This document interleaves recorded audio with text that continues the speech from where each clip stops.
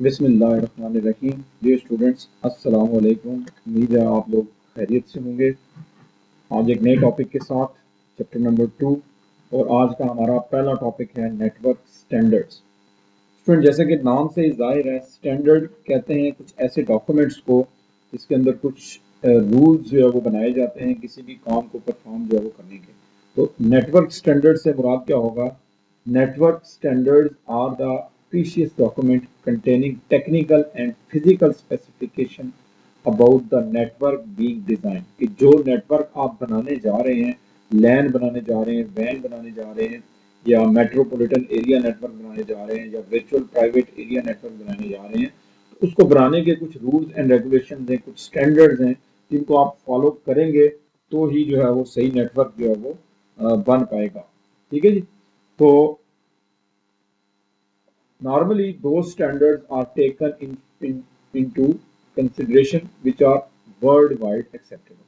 कहते हैं अमूमन हम वो वाले स्टैंडर्ड यूज करते हैं जो कि पूरी दुनिया में जो है वो माने जाते हैं। ज़ाहिर आपने नेटवर्क को अगर पूरी दुनिया के नेटवर्क के साथ कनेक्ट करना है तो फिर आपको उन्हीं स्टैंडर्ड्स को फॉलो करना पड़ेगा, उन्हीं रूल्स को फॉलो करना पड़ेगा जो कि होल वर्ल्ड में जो ऑलरेडी इस्तेमाल हो रहे हैं।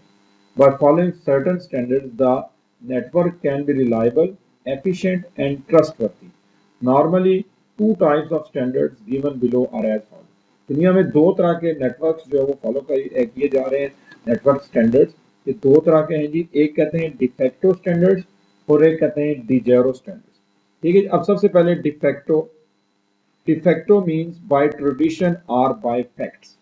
ठीक है, यानी इसके लिए कोई प्रॉपर जो है वो आप जो है वो कोई प्लानिंग नहीं करते, बल्कि हिस्टोरिकली कोई चीज जो खुद ब खुद आप कुछ और बना रहे थे और वो खुद ब खुद कुछ और बन गई। The standards are developed without any formal planning.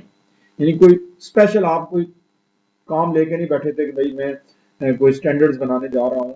ठीक है, ये यहाँ पे तो ये बुक के अंदर नहीं है, कुछ एक्स्ट्रा चीजें मैं आपसे डिस्कस कर रहा हूँ। यहाँ तो उसने कहा जी डिफेक्टो मीन्स बाय ट्रेडिशन और बाय फैक्ट्स।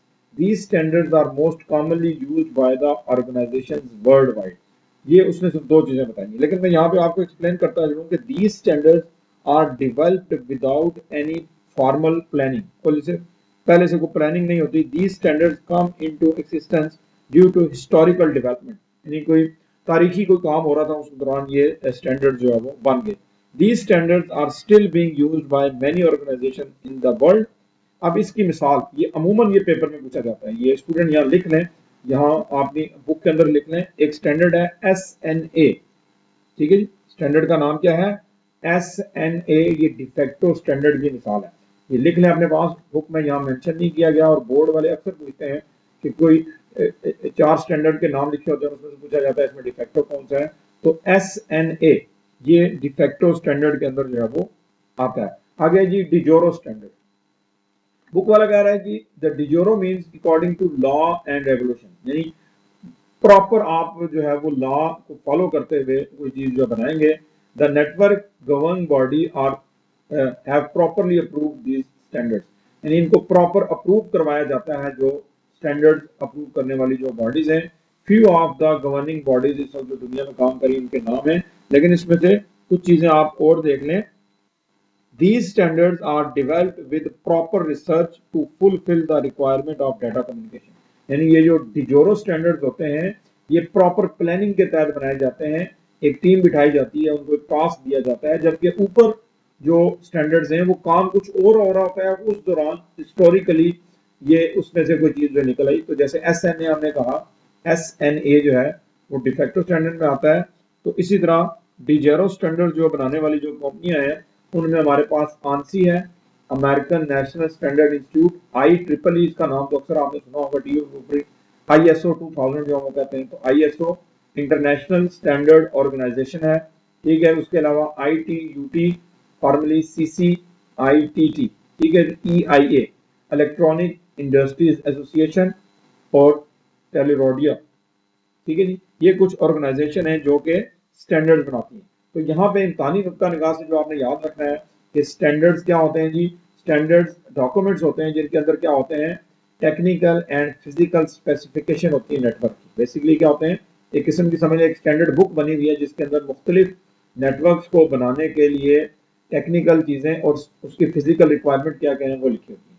और स्टैंडर्ड दो तरह के होते हैं, डिफेक्टो जो बाय ट्रेडिशन और बाय फैक्ट्स बनते हैं, कोई प्रियर प्लानिंग नहीं होती, ठीक है जी, हिस्टोरिकली ये डेवलप हो जाते हैं, तो उसकी मिसाल SNA है। जबकि डिजोरो जो होते हैं बाय ट्रेडिशन नहीं होते बल्कि बाय लॉ एंड रेगुलेशन होते हैं, और इनको प्रूव कराना पड़ता है आपको प्रॉपर जो है वो जो अप्रूव करने वाली बॉडीज हैं उनसे। तो ये हमारा एक टॉपिक हो गया। अब आते हैं जी दूसरा और इम्पोर्टेंट टॉपिक जो आज का है, वो है जी नेटवर्क टोपोलॉजी। ठीक है जी, बहुत इंपॉर्टेंट जो टॉपिक है, कहीं पे भी आप नेटवर्क का पेपर देने चले जाएं इस टॉपिक को डिस्कस किए बगैर, जैसे कंप्यूटर का अगर आप कहीं पेपर जो देने जाएं हार्डवेयर का, तो रैम और रोम को टच किए बगैर वो पेपर कंप्लीट नहीं होता। इसी तरह नेटवर्क का जो पेपर होगा वो टोपोलॉजी तक, चाहे छोटे से छोटा ही क्वेश्चन क्यों ना हो, उस क्वेश्चन को डाले बगैर वो पेपर कंप्लीट नहीं होगा। तो सबसे पहले तो ये डिफाइन कर लें कि नेटवर्क टोपोलॉजीज होती क्या है। टोपोलॉजीज के लिए सबसे पहले एक डेफिनेशन लिख लें जो बुक में नहीं है, the geometrical shape of the network. अब ज्योमेट्रिकल शेप कौन कौन सी होती है? ट्राइंगल होती है, सर्कल एक ज्योमेट्रिकल शेप है, स्टार एक ज्योमेट्रिकल शेप है, रिंग एक ज्योमेट्रिकल शेप है, दरख्त की शेप जो है वो एक ज्योमेट्रिकल शेप है। तो इसकी एक डेफिनेशन आप लिख लें, the geometrical shape of the network. क्या जी? The geometrical shape of the network is called topology. अब देखते हैं बुक वाले ने क्या लिखा है।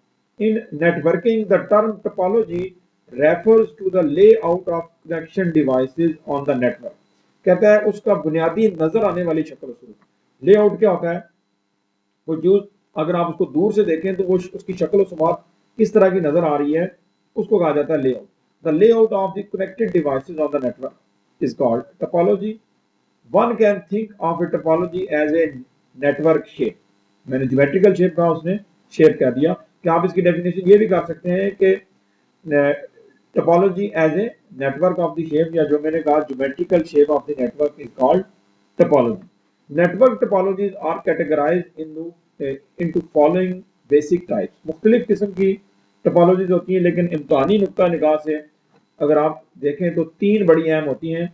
मैं इनको तरतीब के साथ लिखा हुआ जी, बस, रिंग, स्टार, ट्री और मैश टोपोलॉजी। ये पांच किस्म की टोपोलॉजीज होती हैं। इनमें जो सबसे बुनियादी जो टोपोलॉजी है, अगर आप वर्किंग के लिहाज से देखें तो सबसे पुरानी जो है वो रिंग टोपोलॉजी है। लेकिन यहाँ पे उसने तरतीब कुछ इस तरह लिखी है, बस, रिंग, ट्री और फिर उसके बाद मैश जो टोपोलॉजी। तो सबसे पहले हम आएंगे बस टोपोलॉजी के बारे में हम पढ़ेंगे। ठीक है जी। Bus network use a common backbone to connect all the device. अब ये बेसिकली होता है, इसको बस क्यों कहते हैं? क्या इसमें को बस चलती है? नहीं, ये अभी मैं आपको दिखाता हूं कि इसको बस टोपोलॉजी जो है वो क्यों और किस वजह से जो कहा जाता है। ये यहाँ पे नेक्स्ट जो पेज पे ये आपको टोपोलॉजी की तस्वीर, ये है जी बस टोपोलॉजी। बस टोपोलॉजी, ये जो आपको दायरे नजर आ रहे हैं ये सारे क्या हैं? वर्क स्टेशन है। क्या है? वर्क स्टेशन हैं। होता यह है कि एक सेंट्रल वायर बिछाई जाती है। ठीक है, एक सेंट्रल वायर बिछाई जाती है। उस सेंट्रल वायर को बैकबोन कहा जाता है। क्या कहा जाता है जी? बैकबोन। और यही इसका कम्युनिकेशन मीडिया होता है। अब तमाम जो वर्क स्टेशन है वो इस तार के साथ डायरेक्टली अटैच होते हैं। यूं आपका मैसेज जो है वो उस बुनियादी रोड पर एक बस की तरह, एक गाड़ी की तरह ट्रैवल करता है। इस वजह से इस टोपोलॉजी को बस टोपोलॉजी कहा जाता है। ये जो इसकी सेंट्रल वायर होती है जी, इसको क्या कहते हैं? बैकबोन। क्या कहते हैं? बैकबोन। ये जो दायरे आपको नजर आ रहे हैं ये क्या है? वर्क स्टेशन है। वर्क स्टेशन उन पीसीज को कहा जाता है जो किसी नेटवर्क के साथ अटैच होते हैं।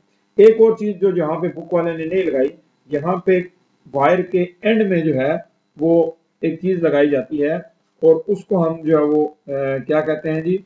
टर्मिनेटर। उसको क्या कहते हैं? टर्मिनेटर। ठीक है जी। वो क्या होता है? सिग्नल को अपने अंदर एब्जॉर्ब कर लेते हैं और उसको बाहर नहीं निकलने देते या वापस नहीं आने देते। जब मैसेज यहाँ से ट्रेवल होता हुआ आखिरी कोने तक पहुंचता है तो वहां पे मौजूद टर्मिनेटर उसको अपने अंदर अब्जॉर्ब जो है वो कर लेता है।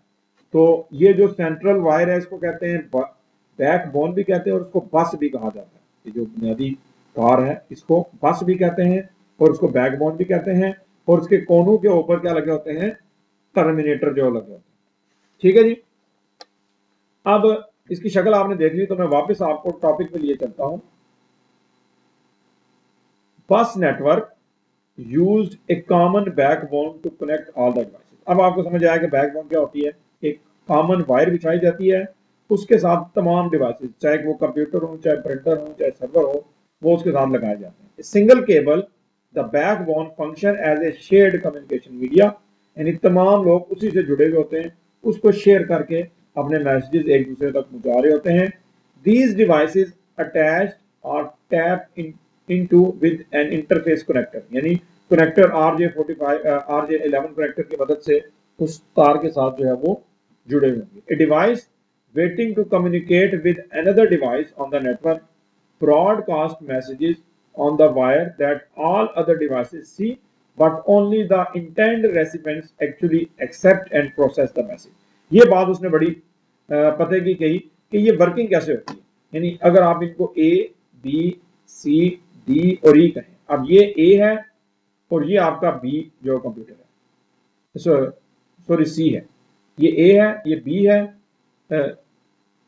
और ये सी है। अब बिलफर्ज इस कंप्यूटर ने इस कंप्यूटर को मैसेज भेजना, ठीक है जी। ये आपका जो पहला पीसी है, ये वाला, ये जो आपको नजर आ रहा है, ठीक है जी। और इसने सेंटर में आने वाले दो पीसीस को छोड़ के तीसरे जो है वो वर्क स्टेशन को अपना मैसेज भेजना। अब होगा क्या, इस टोपोलॉजी के अंदर ब्रॉडकास्टिंग होती है। ब्रॉडकास्टिंग मैंने कल भी आपको बताया था कि मैसेज अगर नेटवर्क में मौजूद हर कंप्यूटर को जाए, चाहे वो उसका हो या ना हो, उसको कहते हैं ब्रॉडकास्ट करना। अब यहाँ पे कंप्यूटर में मैंने आपको ये भी बताया था कि जब आप मैसेज भेजते हैं तो मैसेज के अंदर भेजने वाले का एड्रेस और रिसीव करने वाला जो कंप्यूटर है उसका एड्रेस जो लिखा जाता है। अब होता यह है कि जब ब्रॉडकास्ट होकर हर कंप्यूटर को जाता है तो क्या हर कंप्यूटर उसको पढ़ लेता है? नहीं, वही कंप्यूटर उसको पढ़ सकता है जिसका एड्रेस उसके मैसेज में मौजूद रिसीव करने वाले एड्रेस से मैच होता है। ये कल भी हमने देखा था कि एड्रेसिंग एक मिसाल के अंदर आपको बताई थी 192.168.0.1। तो ये मैसेज होते हैं। अब ये जो मैसेज इसने तीसरे कंप्यूटर को भेजा, वो बाकी दो इनको और इसको भी जाएगा, लेकिन ये क्यों नहीं रिसीव कर सकेंगे? क्योंकि इनका एड्रेस उस मैसेज में मौजूद रिसीव वाले एड्रेस से मैच नहीं होगा, उस वजह से ये इनको रिसीव नहीं कर सकते। जैसे ये जी कि आपके मोहल्ले में एक जो खत है, खत आपका है, ठीक है जी। अब उसकी 10 कापियां आपके मोहल्ले में 10 घर रहे हैं, तो उस खत की 10 कापियां 10 के 10 जो घरों में भेजी जाएं, लेकिन उसको खोलेगा वही जिसके घर का एड्रेस उसके खत के ऊपर मौजूद एड्रेस से मैच हो, बाकी उसको नहीं जो है वो खोलेंगे। तो यूं इसके अंदर जो वर्किंग होती है, और यही बात उसने अपने यहां पे इन लाइनों में की है कि a device want to communicate with another device on the network. वो क्या करता है, जब एक डिवाइस ने दूसरी डिवाइस को कोई उसके साथ कम्युनिकेट करना होता है तो क्या करता है, ब्रॉडकास्ट करता है मैसेज ऑन द वायर, किसके ऊपर, बैकबोन के ऊपर, दैट ऑल अदर डिवाइसेस सी, बाकी तमाम डिवाइसेस को देखती हैं, बट ओनली द इंटेंट, यानी जिसको भेजा गया था वही रिसीव करने वाला एक्चुअली एक्सेप्ट करता है एंड उसको प्रोसेस जो है वो करता है। ये हो गया जी बस टोपोलॉजी। अब मैं इसको स्किप कर रहा हूं, आगे हम चलते हैं जी। सॉरी, अगली जो हमारी टोपोलॉजी है वो है रिंग टोपोलॉजी। रिंग इसको क्यों कहते हैं, इसमें ये होता है, अच्छा ये पहले इसके कुछ एक्स्ट्रा पॉइंट्स जो है वो नोट जो है कर लें, जो कि इम्तानी नुक्ता निगाह से जो बड़े अहम है। बस topology is the simplest type of the network, यानी ये जो टोपोलॉजी होती है ये सबसे सिंपलेस्ट टाइप होती है। इसमें नंबर ऑफ कंप्यूटर्स जो लिमिटेड होते हैं, आप एक खास तादाद से ज्यादा कंप्यूटर्स को बैकबोन के साथ नहीं जोड़ सकते। अगर जोड़ेंगे, जितनी तादाद बढ़ाएंगे उतना ही नेटवर्क आपका स्लो होता जाएगा, ये ध्यान में रखिएगा, ठीक है जी। अब इसमें क्या होता है कि अगर एक वक्त में दो कंप्यूटर बैकबोन पे मैसेज जो चढ़ा दें तो इस वो मैसेज आपस में टकरा जाते हैं, और इस कंडीशन को कहते हैं कोलिजन अकरेंस होना, कोलिजन हो जाना, यानी कोलाइड कर रहना, आपस में टकरा जाना। यानी दो कंप्यूटर अगर बैकबोन के ऊपर एक साथ ही मैसेज जो छोड़ दें तो क्या होती है, कोलिजन अकरेंस होती है, ठीक है जी। एक collision occur in the bus topology if two computers transmit data at the same time, यानी अगर दो कंप्यूटर एक ही वक्त में डाटा जो है वो सेंड कर देते हैं बस के ऊपर, तो वो मैसेज आपस में टकरा जाएंगे और जाया हो जाएंगे। इसको कोलिजन जो है वो कहा जाता है। ठीक है जी। अब ये सबसे सिंपल होता है, जो कंप्यूटर आप बस के साथ जोड़ते हैं उसके और बस के दरमियान बहुत कम वायर आपको चाहिए होती है, खर्चा बहुत कम है, लेस एक्सपेंसिव है। अब इसमें क्या होता है, अगर कोई एक कंप्यूटर काम करना छोड़ दे, यानी ये तार इसकी जो ब्रेक हो जाती है, तो ओवरऑल नेटवर्क जो चलता रहेगा। ठीक है, यानी क्लाइंट के, एक क्लाइंट के या दो क्लाइंट के खराब होने से पूरा नेटवर्क जो खराब नहीं होगा, बाकी जो क्लाइंट्स हैं वो आपस में काम जो है वो करते रहेंगे। अब ये नेटवर्क खराब कब होगा, नेटवर्क के खराब होने को प्रॉपर वर्डिंग में कहते हैं नेटवर्क का क्रैश कर जाना। क्या कर जाना जी, नेटवर्क का क्रैश कर जाना। इसको सादा लफ्जों में कहते हैं कि नेटवर्क काम नहीं कर रहा। यहाँ बस टोपोलॉजी में नेटवर्क उस वक्त क्रैश करेगा जब बैकबोन जो है वो खराब हो जाएगी। अगर बैकबोन कहीं से टूट जाती है तो ये पूरे का पूरा नेटवर्क जो क्या होगा, क्रैश कर जाएगा। तो if one node fails it does not affect the rest of the network, but if the cable is break then the entire network will be crash। यानी कि अगर केबल आपकी ब्रेक हो जाती है, कौन सी केबल, ये वाली बैकबोन, अगर ये खराब हो जाती है तो पूरे का पूरा नेटवर्क जो क्रैश कर देगा। हाँ, एक कंप्यूटर के खराब होने से या दो कंप्यूटर के खराब होने से नेटवर्क के ऊपर कोई असर नहीं पड़ेगा। अब इसको वापस जाने से पहले मैं आपको जरा यहाँ पे रिंग टोपोलॉजी भी दिखा देता हूँ, आगे हमने वो पढ़नी है। तो अगर आप गौर से देखें तो हर कंप्यूटर अपने नेक्स्ट और बैक कंप्यूटर से डायरेक्टली अटैच होता है। हर कंप्यूटर अपने अगले और पिछले कंप्यूटर से डायरेक्ट, और यूं पहला कंप्यूटर आखिरी कंप्यूटर से, या आखिरी कंप्यूटर पहले कंप्यूटर से जुड़ा हुआ होता है, और ये आपस में एक रिंग की शक्ल बनाते हैं, एक दायरे की शक्ल बनाते हैं।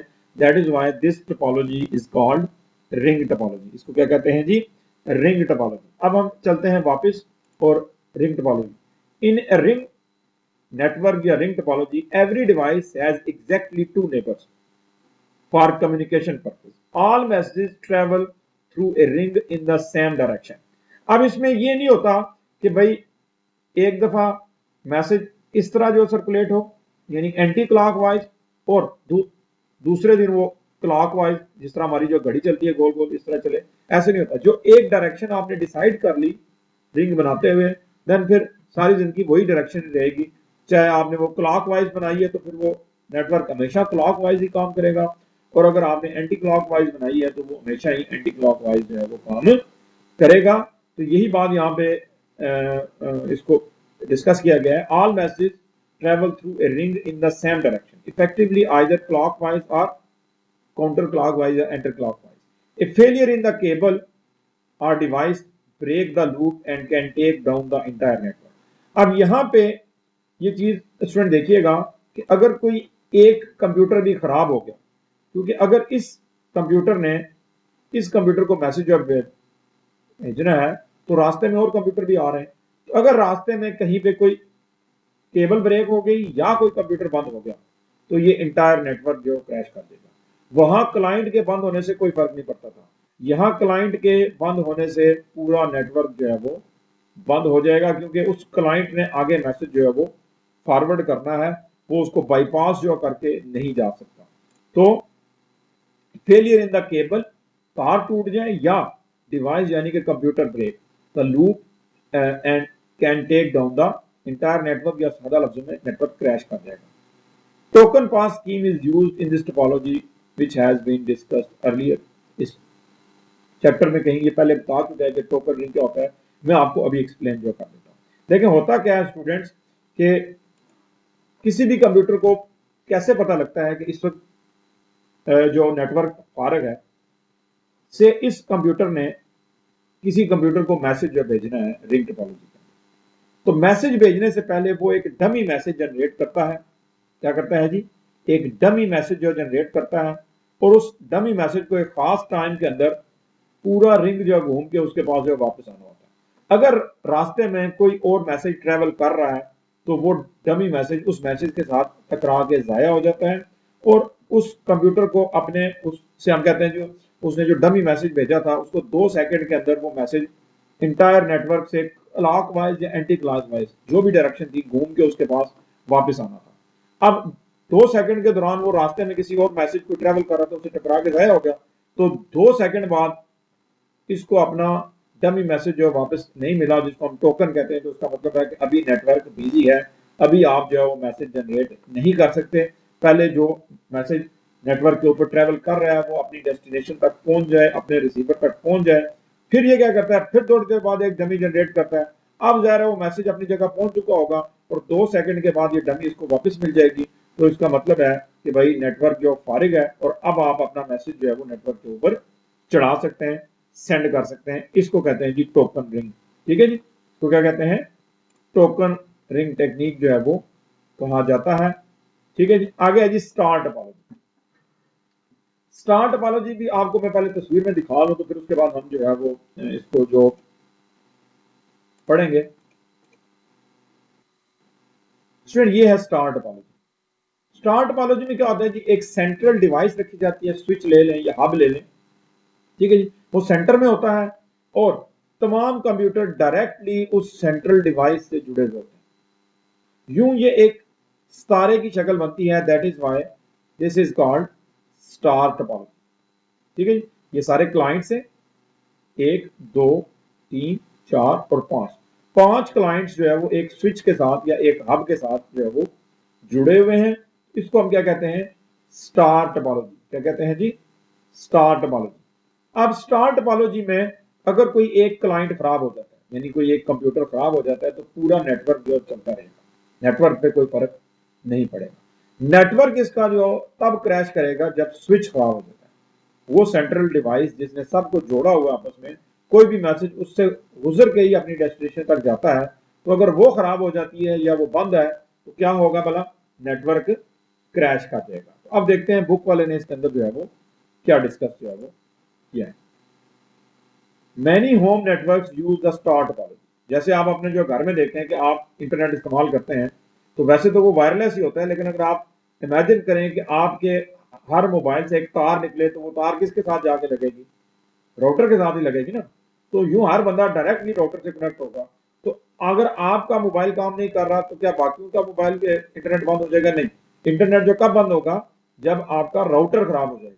तो इसलिए वो कह रहा है कि होम में भी ज्यादातर यही टोपोलॉजी इस्तेमाल होती है। Star topology features A central connection point called a hub that में B an actual hub or switch.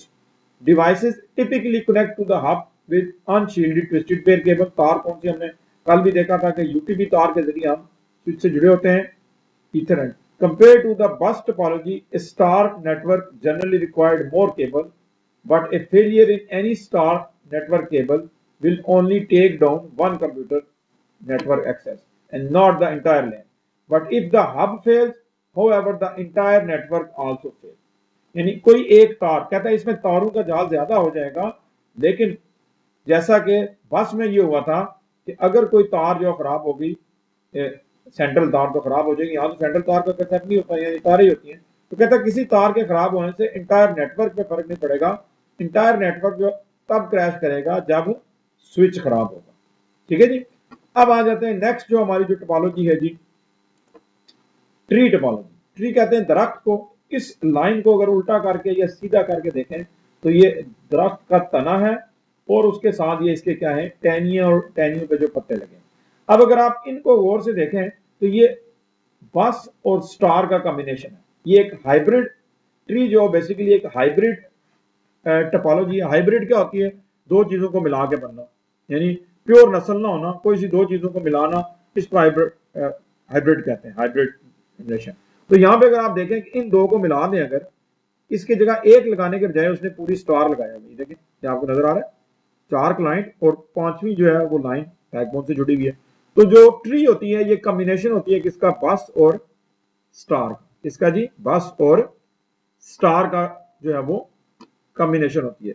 तो इसमें वो कह रहा है tree topology integrate multiple star topologies together onto a bus, यानी एक से ज्यादा स्टार टोपोलॉजीज को जोड़ दिया जाता है एक बस के साथ। It in and its simple form only hub devices connect directly to the tree bus and each hub function has the root of the tree of the device। यानी यहां पे क्या है, ये देखें, ये लगा हुआ है हब, हब के साथ या स्विच, स्विच के साथ 4 कंप्यूटर हैं और एक तार जो है निकल के बैकबोन के साथ जुड़ी हुई है। तो यहाँ पे वो जो बार बार हब का लफ्ज कह रहा है उससे मुराद ये है। तो वो जो हब है वो कहता है ये इसका रूट है। दिस बस star hybrid approach support future expandability of the network much better than a bus or a stop। यानी इस तरह अगर आप जो काम करेंगे तो आप अपने नेटवर्क को ज्यादा जो है एक्सपेंड कर सकते हैं, उसके अंदर एक्सपेंडेबिलिटी जो है वो बढ़ जाती है, नेटवर्क को आगे बढ़ाना जो है वो काफी ज्यादा आसान हो जाता है। आखिरी जो इसकी टाइप है जी वो भी देख लेते हैं, वो है जी मैश टोपोलॉजी। ये मैश आप देख लें तो ये हाइब्रिड है किसका भला, ये बल्कि हाइब्रिड नहीं है, तमाम कंप्यूटर डायरेक्टली, जैसे कल हमने कहा था पीयर टू पीयर कनेक्शन, यानी जितने नेटवर्क हैं वो डायरेक्टली तार के। अब यहाँ पे अगर आप इसको देखें तो हर कंप्यूटर इस नेटवर्क में मौजूद हर कंप्यूटर से डायरेक्टली वायर के जरिए जुड़ा है। Mesh topology evolves the concept of routes. Unlike each of the previous topology, message sent on a mesh network can take any of the several possible paths from source to destination. यानी यहाँ पे क्या होता है, जैसे आप ये ring में देखें तो एक ही रास्ता है अपनी डेस्टिनेशन तक पहुंचने का, लेकिन यहाँ से आपको किसी भी डेस्टिनेशन पे पहुंचने के लिए बेशुमार, यानी इन दो कंप्यूटर के दरमियान एक तो डायरेक्ट रास्ता है, दूसरा यहाँ से पहले आप यहाँ पे आए और फिर यहाँ से यहाँ चले जाएं, फिर एक रास्ता यहाँ से यहाँ आए, फिर यहाँ से इधर आए और फिर यहाँ से इस तरफ जो चले जाएं। इसके अलावा भी जो बेशुमार रास्ते हैं, तो कहता है कि इसमें ये होता है कि मल्टीपल रूट्स का कंसेप्ट इसके अंदर जो है वो मौजूद है। ठीक है जी। Two cable path exist, message can only be travel in one direction, some WANs like the internet employ mesh routing. A mesh offers several advantages over the other network topologies. ये उसके कुछ फायदे हैं किसके, मैश टोपोलॉजी के। तो ये हमने बुक को स्टडी कर लिया, आपने कुछ पॉइंट्स आपको लिखाऊंगा इन टोपोलॉजीज के अंदर, वो आप लिख लीजिएगा। बस टोपोलॉजी का ऑलरेडी मैं आपको बता चुका हूँ। स्टार टोपोलॉजी के अंदर आप जो कह लीजिए हमने क्या कहा कि सेंट्रल कंप्यूटर होता है जिसको हब या स्विच कहते हैं और तमाम लोग उससे जुड़े हुए होते हैं। ठीक है जी। अब इसके एडवांटेजेस में किसकी हम जो बात कर रहा हूँ जी, मैं बात कर रहा हूँ star topology. Star topology, it is easy to maintain and modify. इसमें बड़ी आसानी से आप इसको मॉडिफाई कर सकते हैं। अगर आपने नया कंप्यूटर डालना है तो आपके यहाँ स्विच के अंदर एक पोर्ट होगी, आप अपने कंप्यूटर में तार का एक सिरा अपने कंप्यूटर के NIC कार्ड में लगाएंगे और उसका दूसरा सिरा इसमें लगा देंगे स्विच के अंदर, तो यूं आपकी मॉडिफिकेशन भी हो जाएगी। ठीक है जी। और अगर कोई तार ब्रेक है तो आसानी से पता भी लग जाएगा। इस केस में अगर कोई तार ब्रेक है तो आपको 1 बाय 1 रिंग के अंदर पूरा जो देखना पड़ता है। यहाँ पे जो तार ब्रेक होगी जाहिर है उसी का नेटवर्क जो काम नहीं कर रहा होगा। ठीक है जी। और इसके अलावा स्टार टोपोलॉजी में जो है वो नोट जो कर लें जी, एडिंग और removing computers can be done without disturbing the entire network. के नया कंप्यूटर डालना हो तो कोई आपको ज्यादा जो तरद्दुद जो है वो नहीं करना पड़ता। Finding faults become very easy, यानी कि कोई अगर कंप्यूटर काम नहीं कर रहा है नेटवर्क के साथ तो उसका मतलब है कि उसकी वायर खराब है, जल्दी से पता लग जाएगा। ठीक है जी। अब इसका डिसएडवांटेज क्या है कि सारे का सारा पैसा ये हब पे लगा हुआ है, अगर ये हब खराब हो गया, जल गया, बंद हो गया तो नेटवर्क जो है वो काम नहीं करेगा। ये आपसे पूछा जा सकता है कि स्टार टोपोलॉजी किन हालात में क्रैश करेगी, तो सेंट्रल जो आपकी कम्युनिकेशन डिवाइस है वो चाहे स्विच है या हब है, अगर वो खराब होती है तो आपका नेटवर्क जो है वो काम करना छोड़ जाएगा। इसमें वो पूछ सकता है कि भाई ये नेटवर्क जो कब क्रैश करेगा, जब बैकबोन खराब होगी। इसमें अगर वो पूछता है कि नेटवर्क जो कब क्रैश करेगा, किसी भी क्लाइंट के खराब होने से या केबल जो कट होने जाने से जो है वो नेटवर्क जो है वो क्या करेगा जी, क्रैश जो कर जाएगा। ठीक है। उसके अलावा पूछ सकता है कि ये जो टोकन है ये कौन सी टोपोलॉजी में इस्तेमाल होता है, टोकन रिंग के अंदर इस्तेमाल होता है। टोकन कहाँ इस्तेमाल होता है जी, रिंग टोपोलॉजी के अंदर जो है वो इस्तेमाल होता है टोकन। ठीक है जी। इसी तरह बस में आप कह सकते हैं कि ये जो आपकी ट्री टोपोलॉजी है ये दो तरह से खराब हो सकती है। एक तो आपका ये जो है वो बैकबोन खराब हो जाए तो ओवरऑल नेटवर्क जो बंद हो जाएगा, जबकि यहाँ से अगर कोई स्विच वगैरह खराब होता है तो सिर्फ वही नेटवर्क जो बंद होगा, ओवरऑल नेटवर्क जो चलता रहेगा। तो ये भी उस वक्त जो क्रैश करेगा जब बैकबोन जो है वो खत्म हो जाएगी।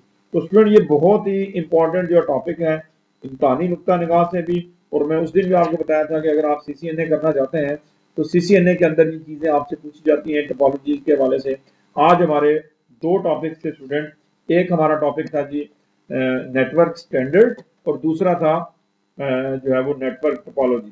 तो उसके अलावा यहाँ पे आप जो देखें कि ये कुछ टेक्निक्स हैं जो कोलिजन से बचने के लिए रखी गई हैं। अभी मैंने आपको बताया ना कि जब दो मैसेजेस आपस में टकराते हैं, ठीक है जी, यानी कोई से दो मैसेज आपस में टकराते हैं, यानी आपने बस टोपोलॉजी के अंदर दो कंप्यूटर ने इकट्ठा ही मैसेज जनरेट कर दिया, तो क्या होगा, मैसेज आपस में टकरा जाएंगे। तो जब मैसेज आपस में टकराएंगे तो कोलिजन होगी, और कोलिजन के नतीजे में किसी भी कंप्यूटर का मैसेज अपनी डेस्टिनेशन पे नहीं पहुंच सकेगा, किसी भी क्लाइंट का मैसेज अपनी डेस्टिनेशन पे नहीं पहुंच सकेगा। तो उससे बचने के लिए ये 3 टेक्निक अपनाई जाती हैं। एक को कहते हैं CD, एक को कहते हैं CS और एक को कहते हैं CR। वैसे CSM में ये आपने तीनों के साथ लिखना है, इसे कहते हैं carrier sense multiple access. Carrier किसको कहते हैं, जो किसी चीज को उठा के लेके जाते हैं। सेंस यानी उसको देखना, मल्टीपल एक्सेस ज्यादातर लोग जब उसको एक्सेस करते हैं, यानी कैरियर को देखना कि इस वक्त वो फारिग है या नहीं है, ताकि वो मेरे लिए अवेलेबल हो और मेरा मैसेज उठा के मेरी डेस्टिनेशन तक ले जाए। इसको कहते हैं CSM में कैरियर सेंस मल्टीपल एक्सेस। ये मैंने सादा अल्फाज में आपको समझाया। अब उसके आगे फिर आगे CSMA में 3 तरीके हैं।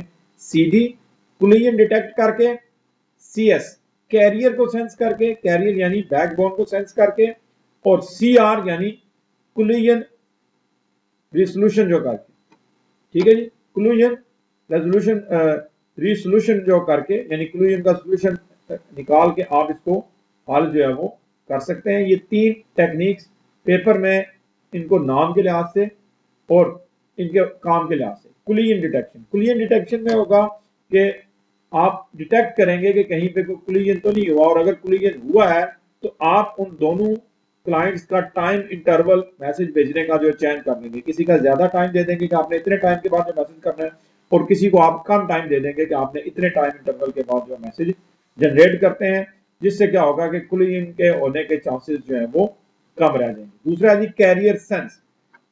इसमें क्या होता है कि आप ये देखते हैं, सेंस करते हैं किस तरह, a node listen to the bus. Node यानी कंप्यूटर जो होता है वो बस को लिसन करता है for a predetermined amount of the time. एक खास वक्त तक वो सुनता रहता है, क्योंकि हमने ये कहा था कि इसके अंदर होती है ब्रॉडकास्टिंग। तो अगर किसी ने मैसेज भेजा है तो इसका मतलब है कि वो आप तक भी आया होगा, और मैसेज आने का वो खास जो वक्त होता है, तो आप थोड़ी देर के लिए सुनते रहते हैं।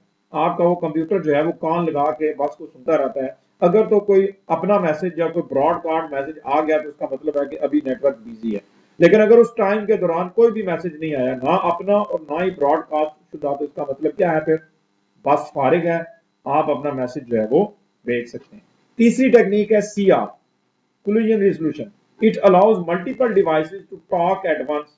ए protocol determines which device receives priority. इसमें क्या होता है, ये प्रायोरिटी बेस होता है। आपने कुछ सॉफ्टवेयर रखे होते हैं जो खुद ब खुद ये फाइनल करते हैं। उधर आपको इजाजत होती है कि भाई दोनों कंप्यूटर जब भेजें, दोनों कंप्यूटर से आप मैसेज तो ले लेते हैं, लेकिन प्रायोरिटी आपने किसको देनी है रियल टाइम में, ये आपका प्रोटोकॉल जो होता है वो फाइनल करता है। ये आपके रूल जो फाइनल करते हैं कि किस कंप्यूटर का मैसेज हमने पहले भेजना है।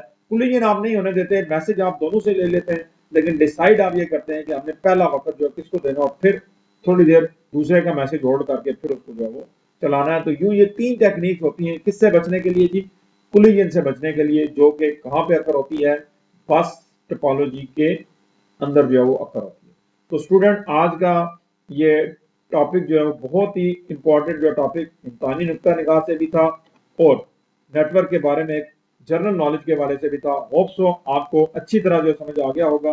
किसी भी किस्म का क्वेश्चन है तो वो आप कमेंट्स में या जो हमने व्हाट्सएप जो ग्रुप बनाया हुआ है वहां पे आप जो शेयर जो कर सकते हैं। आज के लिए इतना ही, दुआओं में याद रखिएगा। फी अमानिल्लाह।